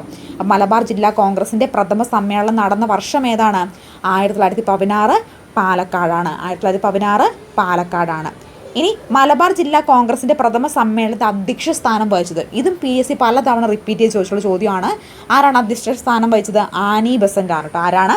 ആനി ബസൻ്റ് ആണ്. പറഞ്ഞേ, ആരാണ്? ആനി ബസൻ്റ് ആണ്. ഇനി മലബാറിൽ കോൺഗ്രസ് പ്രവർത്തനങ്ങൾക്ക് നേതൃത്വം നൽകിയത് ആരൊക്കെയാണ്? മലബാറിൽ കോൺഗ്രസ് പ്രവർത്തനങ്ങൾക്ക് നേതൃത്വം നൽകിയെന്നാണ് ചോദിച്ചിട്ടുള്ളത്. KP Keshava Menon, KP Raman Menon, Muhammad Abdurahiman Sahib, K. Madhavan Nair, E. Moidu മൗലവി, MP. നാരായണ മേനോൻ എന്നിവരാണ് മലബാറി കോൺഗ്രസ് പ്രവർത്തനങ്ങൾക്ക് നേതൃത്വം നൽകിയത്. 1920 മഞ്ചേരി നടന്ന അവസാനത്തെ മലബാർ രാഷ്ട്രീയ സമ്മേളനത്തിൽ ഭരണപരിഷ്കരണം, കുടിയായൻ പ്രശ്നം, ഖിലാഫത്ത് തുടങ്ങിയ വിഷയങ്ങൾ ചർച്ച ചെയ്തു. ഇനി ഖിലാഫത്ത് പ്രസ്ഥാനത്തിന് പിന്തുണ പ്രഖ്യാപിച്ച് ഗാന്ധിജിയും ഷൗക്കത്ത് അലിയും കോഴിക്കോട് എത്തിയ വർഷം. അപ്പോൾ ഖിലാഫത്തിന് പിന്തുണ പ്രഖ്യാപിച്ചു ഗാന്ധിജിയും അതുപോലെ ഷൗക്കത്ത് അലിയും കോഴിക്കോട് എത്തിയത് ഏത് വർഷമാണ്? 1920 അപ്പോൾ ഈ 1920 മറ്റൊരു പ്രത്യേകത എന്താണ്? ഗാന്ധിജി കേരളത്തിൽ ആദ്യമായിട്ടുള്ള വന്ന വർഷം ഏത് തന്നെയാണ്? ഈ ഒരു 1920 എന്തുമായി ബന്ധപ്പെട്ടാണ് വന്നത്? ഖിലാഫത്ത് പ്രസ്ഥാനവുമായി ബന്ധപ്പെട്ടാണ് അദ്ദേഹം വരുന്നത്. മലബാർ രൂപീകരിച്ച ഖിലാഫത്ത് കമ്മിറ്റിയുടെ പ്രസിഡന്റ്, ഇതും പ്രീവിയസ് ഇയർ പലതവണ ചോദിച്ചിട്ടുള്ള ചോദ്യമാണ്. കട്ടളശ്ശേരി മുഹമ്മദ് മൗലവി. ആരാണ്? കട്ടളശ്ശേരി മുഹമ്മദ് മൗലവിയാണ് മലബാർ രൂപീകരിച്ച ഖിലാഫത്ത് കമ്മിറ്റിയുടെ പ്രസിഡന്റ് എന്ന് പറയുന്നത്. മലബാർ രൂപീകരിച്ച ഖിലാഫത്ത് കമ്മിറ്റിയുടെ സെക്രട്ടറി ആരായിരുന്നു? മുഹമ്മദ് അബ്ദുറഹിമാൻ സാഹിബായിരുന്നു. ആര്? മുഹമ്മദ് അബ്ദുറഹിമാൻ സാഹിബായിരുന്നു മലബാർ രൂപീകരിച്ച ഖിലാഫത്ത് കമ്മിറ്റിയുടെ സെക്രട്ടറി എന്ന് പറയുന്നത്. ഇനി ഏറനാട്, വള്ളുവനാട്, പൊന്നാനി താലൂക്കുകളിലെ മലബാറിലെ കർഷകരായ മാപ്പിളമാർ ബ്രിട്ടീഷുകാർക്കെതിരെ നടത്തിയ സമരങ്ങൾ ഏതു പേരിൽ അറിയപ്പെടുന്നു? മലബാർ കലാപം എന്ന പേരിൽ അറിയപ്പെടുന്നു. ഏതു പേരിൽ അറിയപ്പെടുന്നു? മലബാർ കലാപം എന്ന പേരിൽ അറിയപ്പെടുന്നു. മലബാർ കലാപം നടന്നിട്ടുള്ള സ്ഥലങ്ങൾ ഏതൊക്കെയാണ്?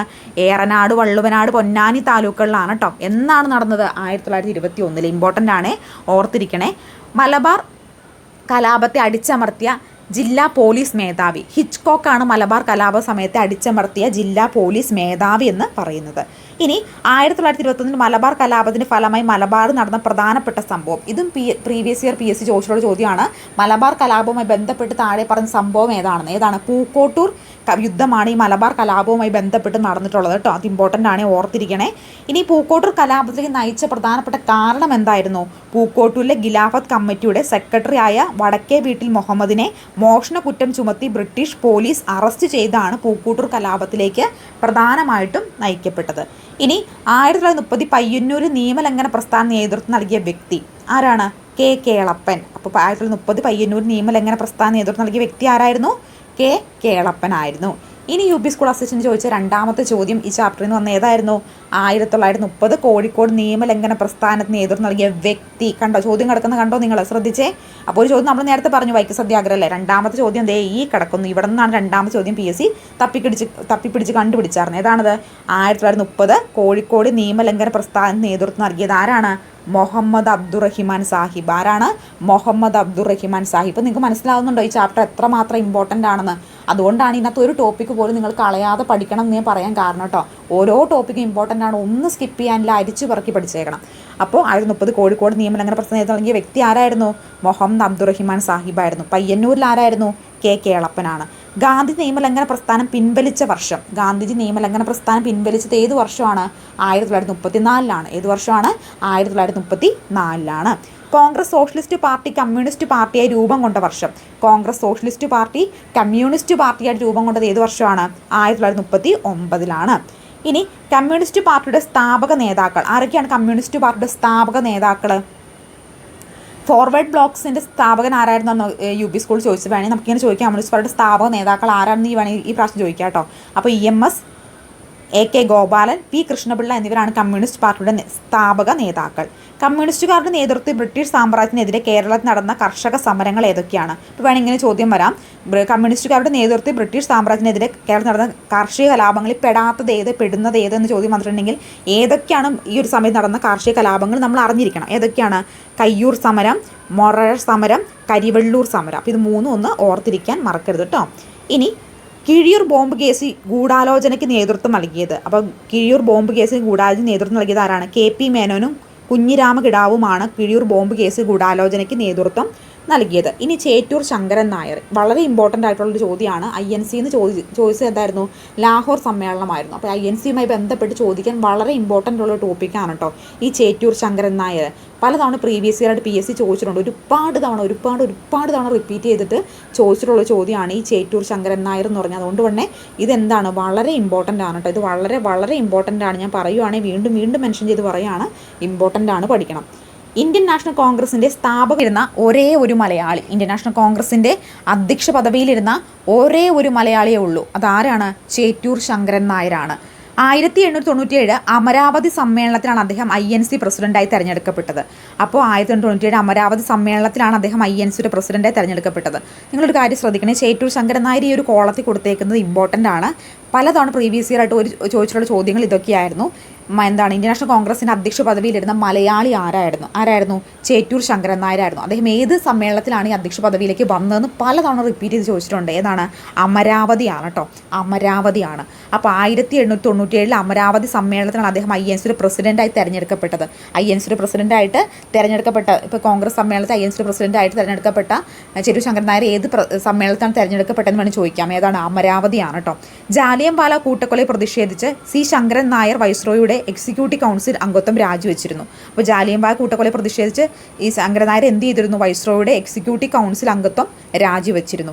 ഇനി ഗാന്ധിജിയും അരാജകത്വവും എന്ന ഗ്രന്ഥം രചിച്ചത് ആരാണ്? പലതവണ റിപ്പീറ്റ് ചെയ്ത് ചോദിച്ചിട്ടുണ്ട്. കേറ്ററ്റിനൊക്കെ എപ്പോഴും റിപ്പീറ്റ് ചെയ്ത് ചോദിക്കുന്ന ചോദ്യമാണ് ഈ ചേറ്റൂർ ശങ്കരൻ നായർ. അപ്പോൾ ഗാന്ധിജിയും അരാജകത്വം എന്ന ഗ്രന്ഥം രചിച്ചത് ആരാണ്? ചേറ്റൂർ ശങ്കരൻ നായരാണ് കേട്ടോ. അതും കൂടി ഒന്ന് ഓർത്തിരിക്കാൻ ശ്രദ്ധിക്കുക. ഇനി നമുക്ക് തിരുവിതാംകൂറിനെ കുറിച്ച് നോക്കാം. തിരുവിതാംകൂർ രാഷ്ട്രീയ പ്രക്ഷോഭത്തിന് ആരംഭിച്ച സംഭവം ഏതാണ്? 1890 മലയാളി മെമ്മോറിയലാണ്. തിരുവിതാംകൂറിൽ രാഷ്ട്രീയ പ്രക്ഷോഭം തുടക്കം കുറിച്ചത് ഏതാണ്? 1891 മലയാളി മെമ്മോറിയലാണ്. അപ്പോൾ ഒരു തവണ പ്രീവിയസ് ഇയർ, ഈ കഴിഞ്ഞ മാസം നടന്ന ഒരു പരീക്ഷയിൽ പ്രീവിയസ് ഇയർ ചോദിച്ചൊരു ചോദ്യമായിരുന്നു ഏതാണ്? താഴെ കൊടുത്തിരിക്കുന്നവ രാഷ്ട്രീയ പ്രക്ഷോഭം, തിരുവിതാംകൂർ രാഷ്ട്രീയ പ്രക്ഷോഭത്തിന് തുടക്കം കുറിച്ചത് ഏതായിരുന്നു? നിവർത്തന പ്രക്ഷോഭം, മലയാളി മെമ്മോറിയൽ, ഈഴവ മെമ്മോറിയൽ, അങ്ങനെ 1-2 ഓപ്ഷൻ ആയിരുന്നു ഉണ്ടായിരുന്നത്. അതിൻ്റെ ആൻസർ ഏതാണ്? അപ്പോൾ മലയാളി മെമ്മോറിയലാണ് കേട്ടോ. സർക്കാർ ജോലികളിൽ തിരുവിതാംകൂറുകാർക്ക് മതിയായ പ്രാതിനിധ്യം ആവശ്യപ്പെട്ടുകൊണ്ട് 10,000-ലധികം പേർ ഒപ്പിട്ട മഹാരാജന് സമർപ്പിച്ച മെമ്മോറാണ്ടമാണ് മലയാളി മെമ്മോറിയൽ എന്ന് പറയുന്നത്. അപ്പോൾ സർക്കാർ ജോലികളിൽ എന്ത് ചെയ്തിരുന്നു? പണ്ടുള്ളവർക്ക് തിരുവിതാംകൂറിലെ ആളുകൾക്കും പ്രാതിനിധ്യം കൊടുക്കണം, എല്ലാ മേഖലയിലും തങ്ങൾക്കും ഒരു പ്രാതിനിധ്യം വേണമെന്ന് ആവശ്യപ്പെട്ടുകൊണ്ട് അവിടുത്തെ ആളുകൾ ചേർന്ന് ഒപ്പിട്ട ഒരു നിവേദനമാണ് ഈ മലയാളി മെമ്മോറിയൽ എന്ന് പറയുന്നത് കേട്ടോ. മലയാളി മെമ്മോറിയൽ നേതൃത്വം കൊടുത്ത ആരാണെന്ന് ഇതും പ്രീവിയസ് ഇയർ പലതവണ ചോദിച്ചിട്ടുള്ള ചോദ്യമാണ്.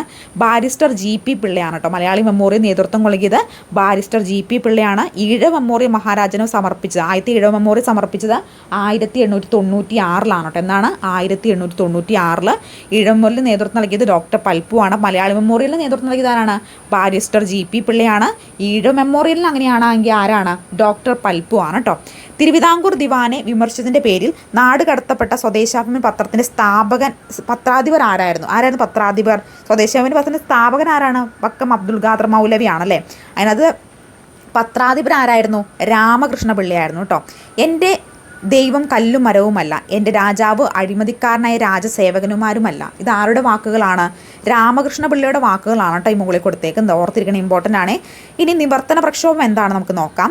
സർക്കാർ ഉദ്യോഗങ്ങളിൽ നിയമസഭയിലും സംഖ്യാനുപാതികമായി സംവരണം വേണമെന്നാവശ്യപ്പെട്ട് ക്രിസ്ത്യൻ, ഈഴവ, മുസ്ലിം സമുദായക്കാർ നടത്തിയ പ്രക്ഷോഭമാണ് നിവർത്തന പ്രക്ഷോഭം എന്ന് പറയുന്നത്. അപ്പോൾ സർക്കാർ ഉദ്യോഗങ്ങളിൽ നിയമസഭയിലും അവർക്ക് അനുപാതികമായിട്ടുള്ള സംവരണം വേണമെന്നാവശ്യപ്പെട്ട് ക്രിസ്ത്യൻ, മുസ്ലിം, ഈഴവ സമുദായക്കാർ നടത്തിയ പ്രക്ഷോഭമാണ് ഏത് പേരിൽ അറിയപ്പെടുന്നത്? നിവർത്തന പ്രക്ഷോഭം എന്ന പേരിൽ അറിയപ്പെടുന്നത്. 1932 നിവർത്തന പ്രക്ഷോഭം ആരംഭിക്കുന്നത്. നിവർത്തന പ്രക്ഷോഭം നേതൃത്വം നൽകിയത് ആരൊക്കെയാണ്? NV ജോസഫ്, P കുഞ്ഞൻ, C കേശവൻ എന്നിവരാണ് നിവർത്തന പ്രക്ഷോഭത്തിന് നേതൃത്വം നൽകിയത്. അപ്പോൾ താഴെ കൊടുത്തിരിക്കുന്നവയിൽ നിവർത്തന പ്രക്ഷോഭം നേതൃത്വം നൽകിയ വ്യക്തികൾ, നേതൃത്വം നൽകാത്ത വ്യക്തികളെന്ന് ചോദിച്ചിട്ടുണ്ടെങ്കിൽ അതിനെ കറക്റ്റായിട്ട് ആൻസർ ചെയ്യണമെങ്കിൽ എന്ത് അറിഞ്ഞിരിക്കണം? നമ്മൾ നിവർത്തന പ്രക്ഷോഭം നേതൃത്വം നൽകിയ വ്യക്തികൾ ആരൊക്കെയാണെന്ന് അറിഞ്ഞിരിക്കണം. ആരൊക്കെയാണ്? NV ജോസഫ്, P കുഞ്ഞ്, C കേശവൻ എന്നിവരാണ് നേതൃത്വം നൽകിയത്. ഇനി തിരുവിതാംകൂർ സ്റ്റേറ്റ് കോൺഗ്രസ് രൂപം കൊണ്ട വർഷം. തിരുവിതാംകൂർ സ്റ്റേറ്റ് കോൺഗ്രസ് രൂപം കൊണ്ടത് എന്നാണ്? 1938 തിരുവിതാംകൂർ സ്റ്റേറ്റ് കോൺഗ്രസ് രൂപം കൊണ്ടത്. എന്നാണ്? 1938. തിരുവിതാംകൂർ സ്റ്റേറ്റ് കോൺഗ്രസിൻ്റെ ആദ്യ പ്രസിഡന്റ്, ഇമ്പോർട്ടൻ്റ് ആണ്, പ്രീവിയസ് ഇയർ ചോദിച്ചിട്ടുള്ള ചോദ്യമാണ്. ഏതാണ്? പട്ടം താണുപിള്ള. എൻ്റെ ഒപ്പം പറഞ്ഞേ, പട്ടം താണുപിള്ള. ഇനി കൊച്ചിയെക്കുറിച്ച് നോക്കുക. തിരുവിതാംകൂറിൻ്റെ കാര്യങ്ങളൊക്കെ നമ്മൾ നോക്കിയില്ലേ. ഇനി കൊച്ചിയെക്കുറിച്ച് കൂട്ടുകാരുണ്ടെങ്കിൽ ഒന്ന് സബ്സ്ക്രൈബ് ചെയ്ത് സപ്പോർട്ട് ചെയ്യാൻ മറക്കല്ല കേട്ടോ. ഇത്രയും എഫേർട്ട് എടുത്ത് ഞാൻ വീഡിയോ ചെയ്യുന്നത് നിങ്ങൾക്ക് ഒരുപാട് ഉപകാരപ്പെടാൻ വേണ്ടിയിട്ടാണ് കേട്ടോ. അപ്പോൾ ക്വസ്റ്റ്യൻ ബാങ്ക് സെറ്റും അതുപോലെ എക്സാമിലൊക്കെ പങ്കെടുക്കാൻ താല്പര്യം ഉണ്ടെങ്കിൽ ഈ നമ്പറിൽ കോൺടാക്ട് ചെയ്യാൻ നിങ്ങൾ മറക്കരുത്. നിങ്ങൾക്ക് അത് വളരെ വളരെ ഉപകാരപ്പെടുന്നതായിരിക്കും കേട്ടോ. ഇനി കൊച്ചിയിലെ ഉത്തരവാദ ഭരണത്തിനായുള്ള പ്രക്ഷോഭങ്ങൾക്ക് ആരംഭിച്ചും കുറിച്ച സ്ഥലം. കൊച്ചിയിൽ ഉത്തരവാദ ഭരണത്തിനായുള്ള പ്രക്ഷോഭങ്ങൾക്ക് ആരംഭം കുറിച്ച സംഭവം ഏതാണ്? വൈദ്യുത സമരമാണ് കേട്ടോ. വൈദ്യുതി സമരമാണ് കൊച്ചിയിൽ ഉത്തരവാദ ഭരണത്തിനായുള്ള പ്രക്ഷോഭങ്ങൾക്ക് ആരംഭം കുറിച്ചത്. വൈദ്യുതി വിതരണ സ്വകാര്യ കമ്പനിയെ ഏൽപ്പിച്ചതിന് കൊച്ചി ദിവാനായിരുന്നു ആര്? ഷൺമുഖം ചെട്ടി എന്ന് പറയുന്നത്. അപ്പോൾ ഷൺമുഖം ചെട്ടിയാണ് വൈദ്യുതി വിതരണം ഒരു സ്വകാര്യ കമ്പനിയെ ഏൽപ്പിച്ചത്. കൊച്ചി രാജപ്രജാമണ്ഡലം രൂപീകൃതമായത് 1941 കൊച്ചി രാജപ്രജാമണ്ഡലം രൂപീകൃതമാകുന്നത്. 1941 എസ് നീലകണ്ഠ അയ്യർ, VR കൃഷ്ണൻ എഴുത്തച്ഛൻ എന്നിവരുടെ നേതൃത്വത്തിൽ കൊച്ചി രാജപ്രജാമണ്ഡലം രൂപീകൃതമായി. അപ്പോൾ 1941 എസ് നീലകണ്ഠ അയ്യർ, VR കൃഷ്ണൻ എഴുത്തച്ഛൻ എന്നിവരുടെ നേതൃത്വത്തിൽ എന്ത് സംഭവിച്ചു? കൊച്ചി രാജപ്രജാമണ്ഡലം രൂപീകൃതമായി.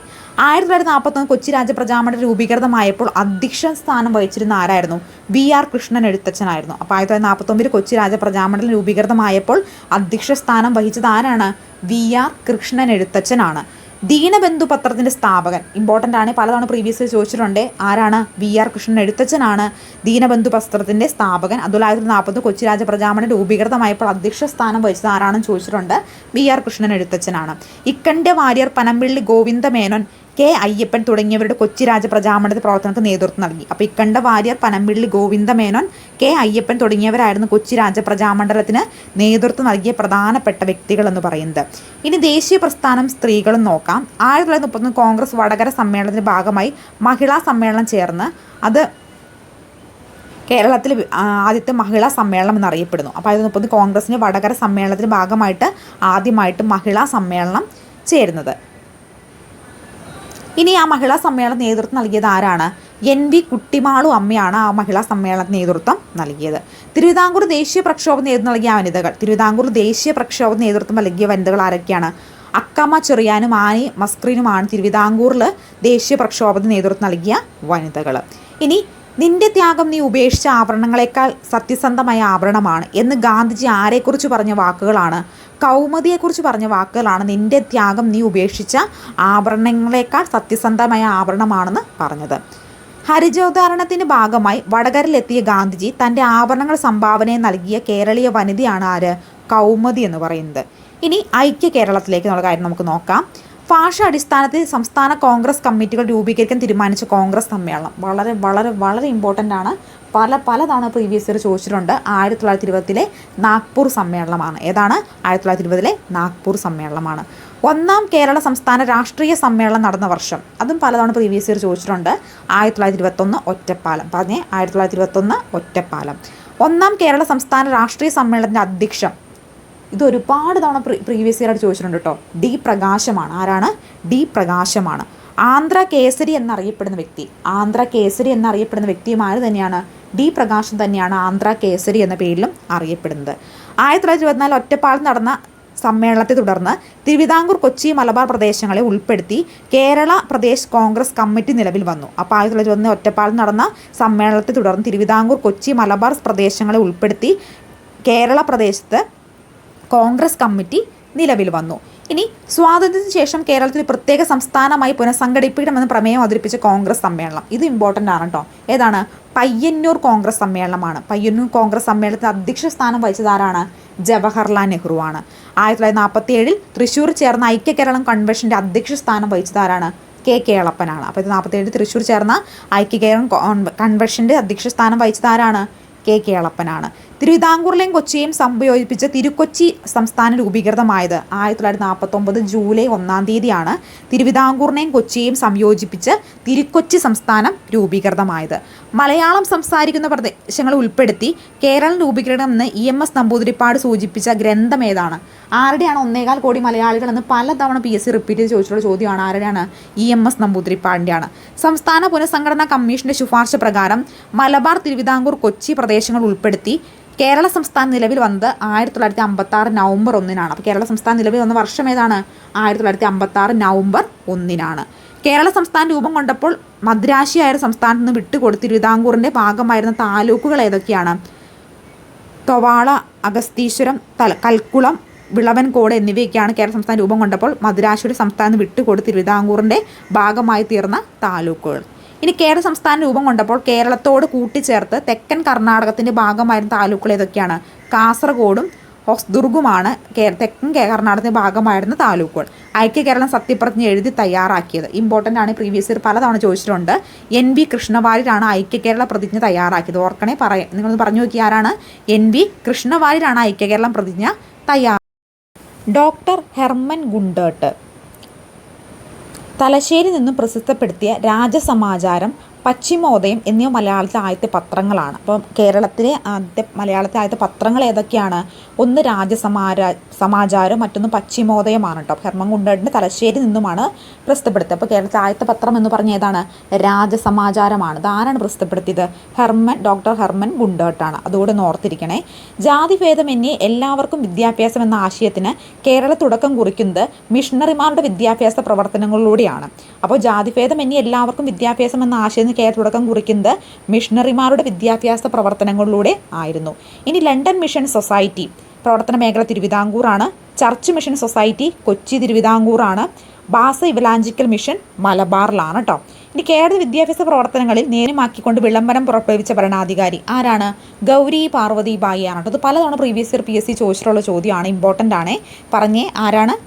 തിരുവിതാംകൂർ പ്രൈമറി വിദ്യാഭ്യാസം സൗജന്യമാക്കി വിളംബരം പുറപ്പെടുവിച്ച ഭരണാധികാരി ഗൗരി പാർവതി ബായിയാണ്. ഏതു വർഷം?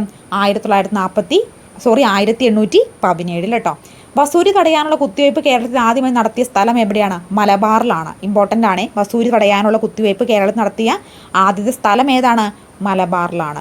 മലബാറിൽ ഞാൻ കണ്ടതിനേക്കാൾ കവിഞ്ഞ ഒരു വിഡ്ഢിത്തവും ഇതിനു മുമ്പ് എവിടെയും കണ്ടിട്ടില്ല. സവർണം നടക്കുന്ന വഴിയിലൂടെ കൂടി അവർണം നടന്നുകൂടാ. ഈ മലബാറുകാരെല്ലാം ഭ്രാന്തന്മാരാണ്. അവരുടെ വീടുകളും അത്രയും ഭ്രാന്താലയങ്ങളും. ആരുടെ വാക്കുകളാണ്? സ്വാമി വിവേകാനന്ദൻ്റെ വാക്കുകളാണ് കേട്ടോ. 1897 മദുരാശിയിൽ നടന്നൊരു പ്രസംഗത്തിലാണ് അദ്ദേഹം ഈ ഒരു വാക്കുകൾ പറഞ്ഞിട്ടുള്ളത്. കേരളത്തിൽ അസമത്വങ്ങളും അനാചാരങ്ങളും ഇല്ലാതാക്കുന്നതിന് വേണ്ടി രൂപം കൊണ്ട പരിഷ്കരണ പ്രസ്ഥാനങ്ങളാണ് ഇവിടെ കൊടുത്തിരിക്കുന്നത് കേട്ടോ. ഈ ഒരു പരിഷ്കരണ പ്രസ്ഥാനത്തിൽ നിന്നാണ് UP സ്കൂൾ അസിസ്റ്റൻ്റ് ഒരു ചോദ്യം ചോദിച്ചിരുന്നത്. ഏതായിരുന്നു ചോദ്യം? അങ്ങനെ നമ്മൾ മൂന്നാമത്തെ ചോദ്യത്തിലേക്ക് എത്തിയേക്കാണ്. ആരാണ്? വാഗ്ഫടാനന്ദൻ. ആരുടെ ആത്മവിദ്യാ സംഘം ആരുമായി ബന്ധപ്പെട്ടതായിരുന്നു? വാഗ്ഫടാനന്ദനായിരുന്നു കേട്ടോ. ആരാണ്? വാഗ്ഫടാനന്ദനുമായി ബന്ധപ്പെട്ടതായിരുന്നു. അപ്പോൾ ഈ ഒരു ചാപ്റ്ററിൽ നിന്ന് നമ്മളിപ്പോൾ എത്ര ചോദ്യം കണ്ടെത്തി? 3 ചോദ്യം UP സ്കൂൾ അസിസ്റ്റൻ്റ് ചോദിച്ച് കണ്ടെത്തി. അപ്പോൾ നിങ്ങൾക്ക് ഈ ചാപ്റ്ററിൻ്റെ ഇമ്പോർട്ടൻസ് മനസ്സിലാക്കാനാണ് ഞാൻ ഇത്ര എടുത്തു പറയുന്നത് കേട്ടോ. അതുകൊണ്ട് തന്നെ അത് അത്ര വലിയൊരു ചാപ്റ്റർ കൂടിയാണ്. ഇനി വൈകുണ്ഠസ്വാമികൾ സമത്വ സമാജം. വൈകുണ്ഠസ്വാമികളുടെ ആണ് ഇത് സമത്വ സമാജം എന്ന് പറയുന്നത്. ചട്ടമ്പി സ്വാമികളുടെ പ്രസ്ഥാനങ്ങൾ ഏതൊക്കെയാണ്? കൂട്ടുകുടുംബ വ്യവസ്ഥയും സംബന്ധ മരുമക്കത്തായി എന്നിവയ്ക്ക് എതിരെ പോരാടി ശ്രീനാരായണ ഗുരു SNDP ആണ്. അതുപോലെ തന്നെ ചാവറയച്ചൻ അനാഥാലയങ്ങളും വിദ്യാലയങ്ങളും സ്ഥാപിച്ചു. അയ്യങ്കാളി സാധുജന പരിപാലന സംഘം, വക്കം മൗലവി തിരുവിതാംകൂർ മുസ്ലിം മഹാജനസഭ, വാഗ്ഫടാനന്ദൻ ആത്മവിദ്യാസംഘം, സഹോദരൻ Ayyappan Sahodara Prasthanam, Pandit Karuppan Araya Samajam, Mannathu Padmanabhan Nair service society, VT Bhattathiripad Yogakshema Sabha, Kumaragurudevan പ്രത്യക്ഷരക്ഷ ദൈവസഭ. ഇമ്പോർട്ടൻ്റ് ആണ്, ഓർത്തിരിക്കണേ. വളരെ വളരെ വളരെ ഇമ്പോർട്ടൻ്റ് ആണ്. വീണ്ടും വീണ്ടും വീണ്ടും ഞാൻ റിപ്പീറ്റ് ചെയ്ത് പറയുകയാണ്. ഇത് വളരെ ഇമ്പോർട്ടൻ്റ് ആയിട്ടുള്ളൊരു ക്വസ്റ്റ്യൻ ആണ്. ഓർത്തിരിക്കണം. അത്ര ഇമ്പോർട്ടൻ്റ് ആയതുകൊണ്ടാണ് വീണ്ടും വീണ്ടും ഇത് അത്രയ്ക്ക് ഇമ്പോർട്ടൻ്റ് ആയിട്ടുകൊണ്ടാണ് വീണ്ടും വീണ്ടും ഇത് റിപ്പീറ്റ് ചെയ്ത് പറയുന്നത് കേട്ടോ. വളരെ വളരെ വളരെ വളരെ വളരെ വളരെ ഇമ്പോർട്ടൻ്റ് ആണ്. കാരണം ഞാനത് പറയാൻ കാരണം ഇത് റിപ്പീറ്റ് ചെയ്ത് PSC ചോദിക്കും. ഈ ചാപ്റ്റർ എന്ന് പറഞ്ഞാൽ PSCയുടെ ഒരു ഇഷ്ടപ്പെട്ട ചാപ്റ്ററാണ് കേട്ടോ. അതുകൊണ്ടാണ് ഇത്രയും ഞാൻ ഡീപ്പായിട്ട് വീണ്ടും വീണ്ടും നിങ്ങൾക്ക് ഞാൻ പറഞ്ഞു തരുന്നത്. അപ്പോൾ ഓർക്കണം, വൈകുണ്ഠസ്വാമികൾ സമത്വ സമാജമാണ്. ചട്ടമ്പി സ്വാമികൾ കൂട്ടുകുടുംബ വ്യവസ്ഥ, സംബന്ധം മരുമക്കത്തായി എന്നിവയ്ക്കെതിരെ പോരാടി. ശ്രീനാരായണ ഗുരു SNDP ആണ്. ചാവറയച്ചൻ അനാഥാലയങ്ങളും വിദ്യാലയങ്ങളും സ്ഥാപിച്ചു. അയ്യങ്കാളി സാധുജന പരിപാലന സംഘം, വക്കം മൗലവി തിരുവിതാംകൂർ മുസ്ലിം മഹാജനസഭ, വാഗ്ഫടാനന്ദൻ ആത്മവിദ്യാ സംഘം, സഹോദരൻ Ayyappan Sahodara Prasthanam, Pandit Karuppan Araya Samajam, Mannathu Padmanabhan Nair service society, VT Bhattathiripad Yogakshema Sabha, Kumaragurudevan പ്രത്യക്ഷരക്ഷ ദൈവസഭ. ഇത് ഓർത്തിരിക്കണം. ചേരുംപടി ചേർക്കാൻ സാധ്യതയുണ്ട്, അല്ലാതെയും ചോദിക്കാൻ വളരെയധികം സാധ്യത ഈ ഒരു ടോപ്പിക്കിനുണ്ട് കേട്ടോ. മാറുമറയ്ക്കാനുള്ള അവകാശത്തിനായി തെക്കൻ തിരുവിതാംകൂറിൽ ചാനാർ സ്ത്രീകൾ നടത്തിയ പോരാട്ടമാണ് ഏത് പേരിൽ അറിയപ്പെടുന്നത്? ചാനാർ ലഹള എന്നറിയപ്പെടുന്നത്. ചാനാർ സ്ത്രീകൾക്ക് ജാക്കറ്റും മേൽമുണ്ടും ധരിക്കാനുള്ള അവകാശം ലഭിച്ച വർഷം 1859 ചാനാർ സ്ത്രീകൾക്ക് ജാക്കറ്റും മേൽമുണ്ടൊക്കെ ധരിക്കാനുള്ള അവകാശം ലഭിക്കുന്നത്. നമ്മൾ പുന്നപ്ര വയലാർ സമരം, അതായത് ഈ ഒരു ചാപ്റ്ററിൽ നിന്ന് PSC UP സ്കൂൾ അസിസ്റ്റൻറ്റ് ചോദിച്ചിട്ടുള്ള 4ാമത്തെ ചോദ്യം നമ്മളങ്ങനെ കണ്ടുപിടിച്ചിട്ടുണ്ട് കേട്ടോ. 4ാമത്തെ ചോദ്യം ഏതായിരുന്നു? പുന്നപ്ര വയലാർ സമരത്തെക്കുറിച്ചിട്ടായിരുന്നു. അപ്പോൾ ഏതൊക്കെയായിരുന്നു പുന്നപ്ര വയലാർ സമരം ബന്ധപ്പെട്ട് നമുക്ക് പരിശോധിക്കാൻ എന്തൊക്കെ കാര്യങ്ങളാണ് ഉള്ളതെന്ന്. തിരുവിതാംകൂർ പൗരസ്വാതന്ത്ര്യം കൈവരിക്കുന്നതിനുള്ള സമരം തുടങ്ങിയിട്ട് കാലം കുറയായി. പുന്നപ്രയിലും വയലാറിലും തൊഴിലാളികൾ നടത്തിയ സമരം പൗരസ്വാതന്ത്ര്യത്തിനും ജനകീയ ഭരണത്തിനും വേണ്ടിയുള്ളതായിരുന്നു. 1938 കടക്കിലും പറങ്ങോട്ടും ആലപ്പുഴയിലും കൊല്ലത്തും നടന്ന സമരങ്ങൾ സ്വാതന്ത്ര്യ സമരത്തെ സഹായിച്ചതുപോലെ പുന്നപ്രയിലും വയലാറിനെയും കൂട്ടക്കൊലകളും സ്വാതന്ത്ര്യത്തിൻ്റെ വേഗം കൂട്ടുകയും ചെയ്തത്. അത് ആര് പറഞ്ഞിട്ടുള്ളതാണ്? കേശവൻ്റെ പ്രസംഗത്തിൽ പറഞ്ഞിട്ടുള്ള കുറച്ച് വാക്കുകളാണത്. അപ്പോൾ ഇതിൽ നിന്നാണ് പുന്നപ്ര വയലാർ സമരവുമായിട്ടൊരു കോൺസെപ്റ്റ് PSCക്ക് കിട്ടിയിട്ടുള്ളത്. പുന്നപ്ര വയലാർ സമരം എന്താണ്? ആരുടെ ഭരണപരിഷ്കരണത്തിനെതിരെ നടന്നാണ്? ആരുടെയായിരുന്നു? രാമസ്വാമി അയ്യരുടെ ഭരണപരിഷ്കാരങ്ങൾക്കെതിരെ നടന്നിട്ടുള്ളതായിരുന്നു പുന്നപ്ര വയലാർ സമരം എന്ന് പറയുന്നത്. അപ്പോൾ ഈ ഒരു ടോപ്പിക്ക് കൂടി ഇതിനകത്ത് നമുക്ക് ജസ്റ്റ് ഒന്ന് ഓടിച്ചിട്ട് നോക്കി പോവാം കേട്ടോ, പുന്നപ്ര വയലാർ സമരത്തെക്കുറിച്ചിട്ട്. അപ്പോൾ പുന്നപ്ര വയലാർ സമരത്തെക്കുറിച്ച് നമുക്ക് ജസ്റ്റ് കാര്യങ്ങളൊന്ന് നോക്കിപ്പോകാം. അപ്പോൾ പുന്നപ്ര വയലാർ സമരം എന്തുമായി ബേസ് ചെയ്ത് നടന്നിട്ടുള്ളതാണ്? സ്വാതന്ത്ര്യ തിരുവിതാംകൂർ വാദത്തിനും അമേരിക്കൻ മോഡൽ ഭരണപരിഷ്കാരത്തിനുമെതിരെ തിരുവിതാംകൂറിൽ നടന്ന സമരമാണ് ഏത് പേരിൽ അറിയപ്പെടുന്നത്? പുന്നപ്ര വയലാർ സമരം എന്ന പേരിൽ അറിയപ്പെടുന്നത്. നടന്ന വർഷം ഏതാണ്? 1946 പുന്നപ്ര വയലാർ സമരം നടക്കുന്നത്. എന്നാണ്? 1946 പുന്നപ്ര വയലാർ സമരം നടക്കുന്നത്. ഏത് ജില്ലയിലാണ് നടന്നിട്ടുള്ളത്? ആലപ്പുഴ കേട്ടോ. ആലപ്പുഴ ജില്ലയിലാണ് ഈ പുന്നപ്ര വയലാർ സമരം നടന്നിട്ടുള്ളത്. അപ്പോൾ ആലപ്പുഴ ജില്ലയിലാണ് പുന്നപ്ര വയലാർ സമരം നടന്നിട്ടുള്ളത്. ഇമ്പോർട്ടൻ്റ് ആണ്, ഓർത്തിരിക്കണേ. ഏതാണ്? ആലപ്പുഴയാണ് കേട്ടോ. ആലപ്പുഴയാണ് പുന്നപ്ര വയലാർ സമരം നടന്നത്. 1946 ആലപ്പുഴ പുന്നപ്ര വയലാർ സമരം നടക്കുന്നത്. ഇനി പുന്നപ്ര വയലാർ സമരത്തിന് നേതൃത്വം നൽകിയത് ആരൊക്കെയാണ്? K Sankaran Narayanan Thampi, T V. Thomas, Pathros, Sugathan, CK Kumarapanicker എന്നിവരാണ് ഇതിന് നേതൃത്വം നൽകുന്നത്. അമേരിക്കൻ മോഡൽ ഭരണപരിഷ്കാരം തിരുവിതാംകൂർ നടപ്പിലാക്കിയ ദിവാൻ ആരായിരുന്നു? CP രാമസ്വാമി അയ്യർ. അപ്പോൾ ചോദ്യം എന്തായിരുന്നു? ഈ പുന്നപ്ര വയലാർ സമരം ആരുമായി റിലേറ്റ് ചെയ്തിട്ടാണ് ചോദ്യം ചോദിച്ചായിരുന്നു. ആരായിരുന്നു? CP രാമസ്വാമി അയ്യർ. അപ്പോൾ അദ്ദേഹത്തിൻ്റെ ഭരണപരിഷ്കാരങ്ങൾക്കെതിരെയാണ് ഈ ഒരു സമരം നടന്നിട്ടുള്ളത്.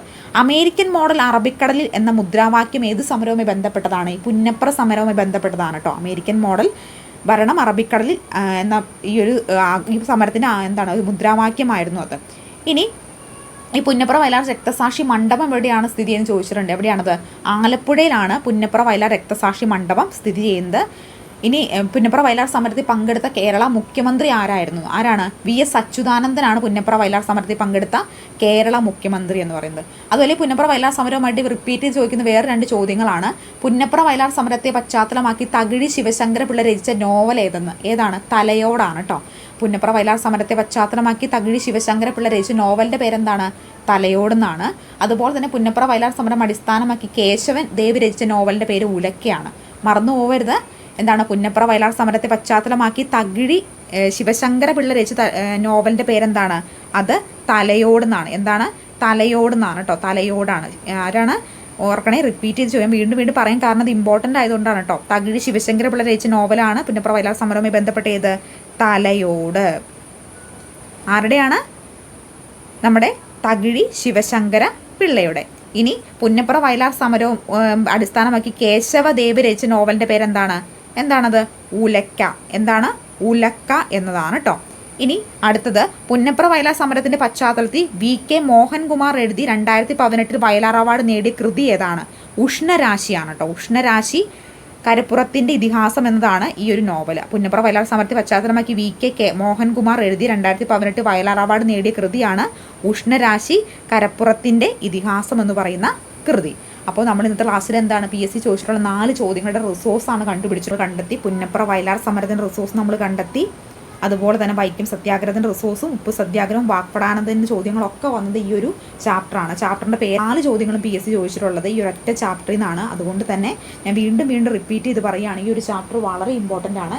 ഈ ചാപ്റ്ററിൽ ഒരു പോയിന്റ് പോലും വിടാതെ LPSC പരീക്ഷയെ നിങ്ങൾ പഠിച്ചിട്ട് വേണം പോകാനായിട്ട്. റിപ്പീറ്റ് ചെയ്ത് ചോദ്യങ്ങൾ എന്തായാലും ഉണ്ടാകും. ഈ ചോദ്യം റിപ്പീറ്റ് ചോദിക്കുമെന്നല്ല, ഈ ഒരു പാഠഭാഗത്ത് നിന്ന് ചോദ്യങ്ങൾ ചോദിക്കാൻ ഒരു 99% സാധ്യതയുണ്ട്. അതുകൊണ്ട് തന്നെ ഈ ചാപ്റ്റർ നന്നായി പഠിച്ചിട്ട് വേണം പരീക്ഷയ്ക്ക് പോകാൻ കേട്ടോ. അപ്പോൾ മറക്കണ്ട, നമ്മൾ ക്വസ്റ്റ്യൻ ബാങ്ക് സെറ്റും അതുപോലെ തന്നെ നമ്മുടെ മോഡൽ എക്സാമും നിങ്ങൾക്ക് വേണ്ടി വെയിറ്റിംഗ് ആണ്. അപ്പോൾ കൂടുതൽ ഡീറ്റെയിൽസ് അറിയാൻ നമ്പറിൽ കോൺടാക്ട് ചെയ്യുക. അതുപോലെ നമ്മൾ മാരത്തോൺ കണ്ടിന്യൂ ചെയ്യുന്നതായിരിക്കും. അപ്പോൾ നിങ്ങളുടെ സപ്പോർട്ട് വേണം. നിങ്ങളുടെ വിലയേറിയ അഭിപ്രായങ്ങളും കാര്യങ്ങളൊക്കെ കമൻറ്റായിട്ട് രേഖപ്പെടുത്താൻ മറക്കരുത്. അപ്പോൾ നമുക്ക് നെക്സ്റ്റ് വീഡിയോയുമായി കാണാം. Thank you so much.